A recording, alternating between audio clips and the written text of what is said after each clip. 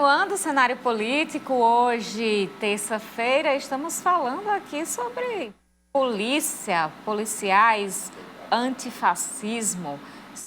É o grupo de policiais do Rio Grande do Norte, envolvido aí nas polêmicas. Você pode mandar sua pergunta para o nosso convidado, o policial civil Pedro Paulo Matos, é o conhecido como Pedro Che. Você pode participar, nosso Twitter é @cenapoliticotcm, facebook.com/cenário político TCM, WhatsApp 88028979 e o Instagram @cenário político. Carol, tem informação da Câmara de Vereadores da Câmara Municipal de Mossoró, instalou a Galeria Vereadora Niná Rebouças. A galeria faz o registro de todas as mulheres que já ocuparam as cadeiras na casa como vereadoras. 1959, Heloísa Leão de Moura sentou numa cadeira da Câmara de Mossoró como vereadora. Ela foi a primeira mulher a assumir o cargo em Mossoró. De lá para cá, outras fizeram parte da história da cidade e estão registradas na Galeria Niná Rebouças, na antessala do plenário da Câmara Municipal. No Brasil, a gente tem somente, por exemplo, na Câmara Federal, cerca de 13% das cadeiras de mulheres. E, assim, um reconhecimento para ver como nós temos poucas mulheres, inclusive tem algumas dessas mulheres que estão na galeria feminina, que tiveram uma passagem efêmera aqui pela Câmara Municipal, de poucos dias, mas que, de qualquer maneira, são ex-vereadoras também, que seja de um dia, de 2, de 10, de 20. Dona Maria das Malhas é uma delas. Quero dizer a você que é uma honra para mim de ver aqui minha foto na galeria e vai ficar para os meus neto, bisneto, né? De ver, eu nunca pensei da minha vida. Hoje eu cheguei, quando vi minha foto aí. Ela nunca pensou que fosse impossível se tornar vereadora. Tinha consciência do papel que poderia exercer. Eu resolvi que eu tinha mais possibilidade de ajudar o povo, não é? Que o pessoal era lá em casa. Eu achava que eu, vereadora, tinha mais de sair com o pessoal da comunidade, trabalhando, não só na zona rural, mas sim de toda Mossoró. 21 mulheres já ocuparam cadeiras na Câmara Municipal de Mossoró de 1959 até a atual legislatura. Mas até hoje a dificuldade de trazer mais mulheres para participarem das discussões políticas da cidade. Eu que o diga, como presidente de partido que sou, trabalhando a nominata que temos, conseguir colocar na cabeça de mulheres valorosas que podem contribuir para participar também de um pleito eleitoral, começar a se inserir na política. A gente tem que participar para que a gente possa fazer as mudanças. Nós, mulheres, temos que estar inseridas no processo. Então, elas sempre acham que nunca foram valorizadas, que vão só para bater esteira, mas isso depende da gente, da participação da gente, da vontade da gente, de poder participar. Apesar disso, a composição atual da Câmara é a que mais elegeu mulheres na história. Foram 5 de uma vez. E para tornar isso mais frequente, existe um diálogo sobre as necessidades de incluir uma cota para as mulheres nas casas legislativas em todo o país. Defendo uma cota de cadeiras no Brasil, né?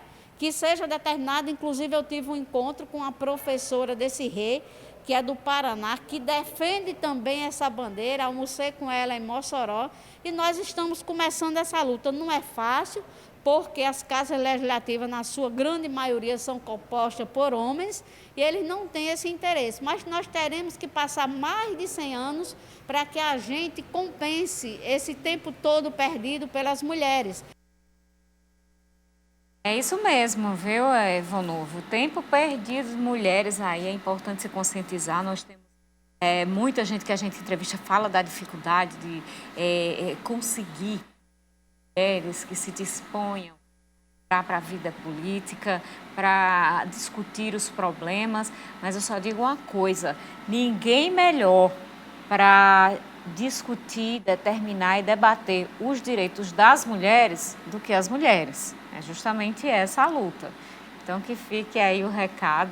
Se você quiser fazer parte ali da galeria, acho interessante, mais mulheres. Pois é, Carol, e mulheres participantes com ideias próprias. Porque o que a gente vê em muitas cidades são mulheres colocadas por seus maridos ou por grupos políticos para que elas possam ali puxar um voto que não pode ser dado a um político ficha suja.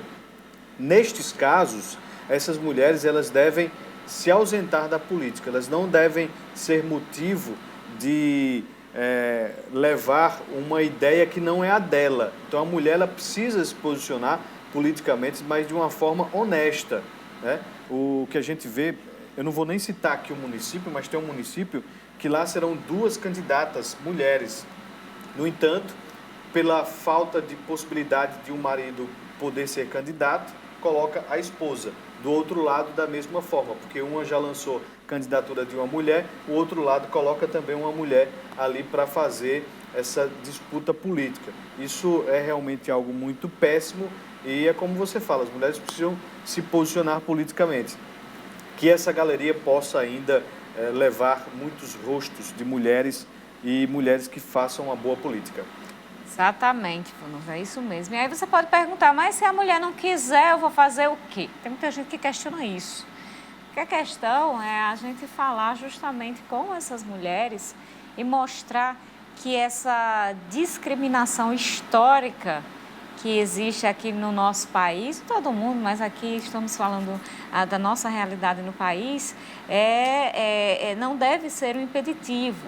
Isso aí é uma questão histórica e cultural da sociedade, de colocar mulheres em espaços definidos e delimitar determinados espaços para homens. Por isso que existem aí profissões que são tidas como masculinas, como área econômica, por exemplo, mas aí nós também somos cidadãs, também temos direitos, temos muito a lutar, então vamos pensar nisso, ou como candidata ou como cidadã atuando também. Tem muita gente que não se interessa por política, é importante que nós mulheres nos interessemos pelo que vem sendo discutido em relação a gente.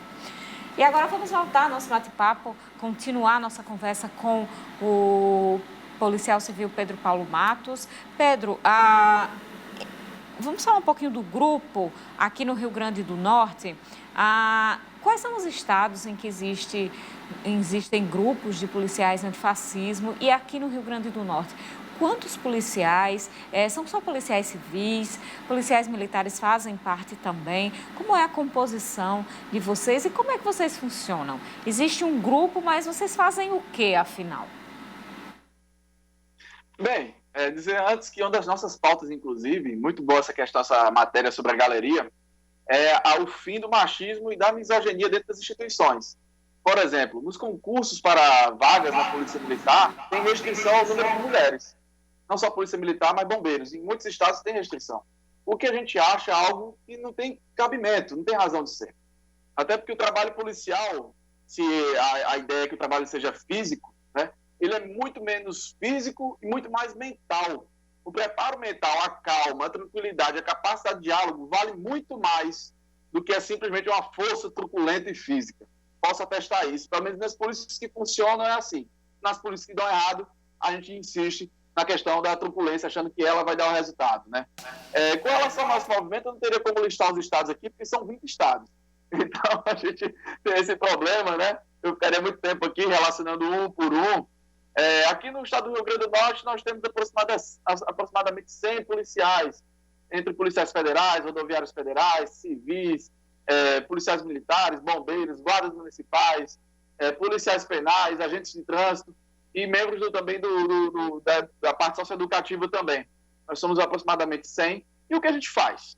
O que a gente faz é pegar as experiências, os estudos e a nossa experiência, né, as experiências de outros países, juntar com o que a gente vem estudando e analisando e também a nossa experiência diária e trazer propostas para a segurança pública. Então, um ponto muito importante é a questão da desmilitarização, para desafogar até o próprio policial.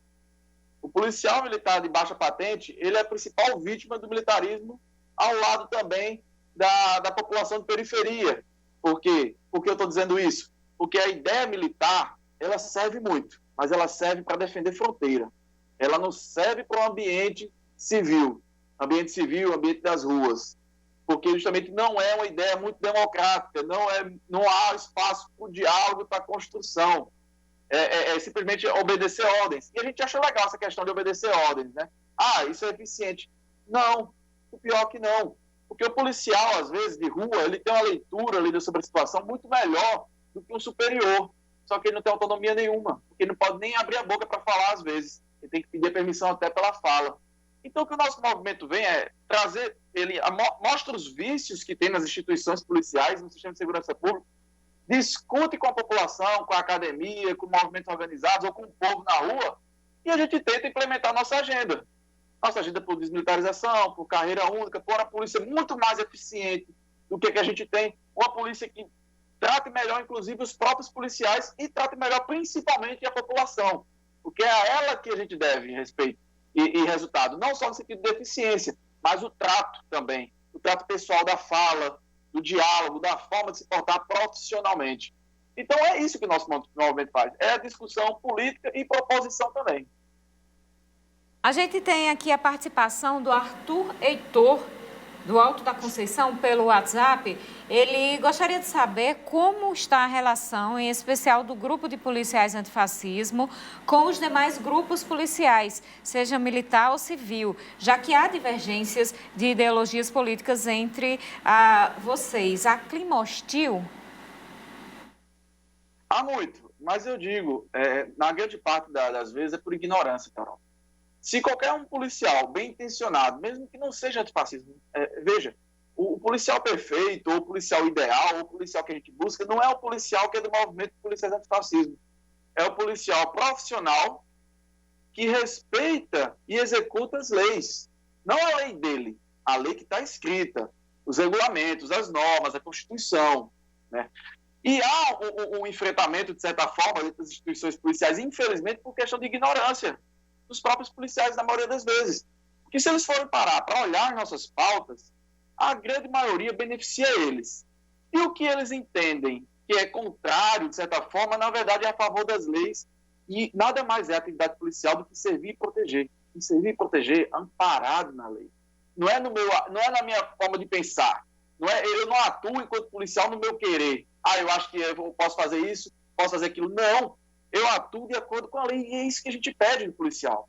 É claro que tem uma minoria que é mal intencionada, porque o nosso movimento, inclusive, as nossas ideias vão contra, por exemplo, as ideias que defendem, que ajudam, digamos, né, que beneficiam grupos de extermínio, milícias, que infelizmente são uma realidade nacional, não é só local, é uma realidade nacional, e uma polícia mais eficiente, profissional, humanizada, com certeza que ela vai, digamos, atingir o interesse de pessoas que usam aí sim as instituições para os seus interesses particulares.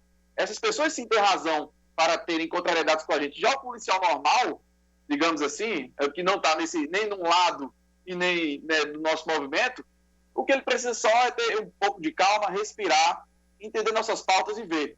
E ele pode até não ser de esquerda, ou não ser progressista, ou não gostar exatamente da forma como a gente age, mas que nossas pautas são, sim, muito relevantes, inclusive, para ele. A gente tem aqui um alô, viu, Vonovo, para o seu Edmundo Moura, do Santo Antônio, que não perde um programa. Muito obrigada pela audiência. E temos mais uma pergunta aqui, é o Raimundo Francisco, do Santo Antônio, pergunta a Pedro Tchê como a avaliação da PM no episódio da reitoria do IFRN em Natal, que gerou polêmica nas redes sociais. Bem, eu não sei qual foi a avaliação da PM exatamente com a instituição, porque eu não falo por instituições, né? Não sei se a pergunta dele foi nesse sentido. A nossa intuição, a nossa percepção é de que houve um extrapolamento da ação. Há um termo que o pessoal gosta de falar, teve exagero, isso que ele está querendo dizer. Há um termo que o pessoal gosta de usar muito, que é o emprego moderado da força, o emprego proporcional da força.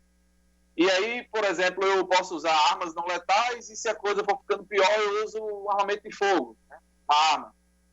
Mas não é simplesmente a partir do momento que a situação ficou um pouco mais tensa que eu já posso, então, usando tudo que é armamento que eu tenho não letal. Vou usar bala de borracha, tonfa e vou usar spray de pimenta na cara dos outros. Não é assim que funciona, né? Você antes tem que exaurir outras formas, tem que gastar o verbo. O policial tem que falar, tem que conversar.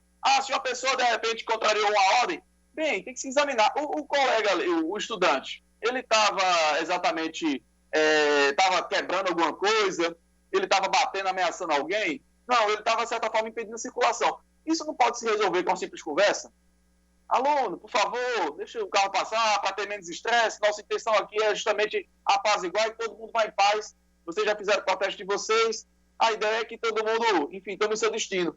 Não, o que aconteceu foi muito rapidamente, teve a questão do spray de pimenta, né? Aí que a gente entende, mas a gente não é juiz de nada, é um entendimento nosso, a gente entende que foi exagero. A questão de buscar o celular, sair correndo atrás para pegar o celular que está filmando, aí é pior ainda.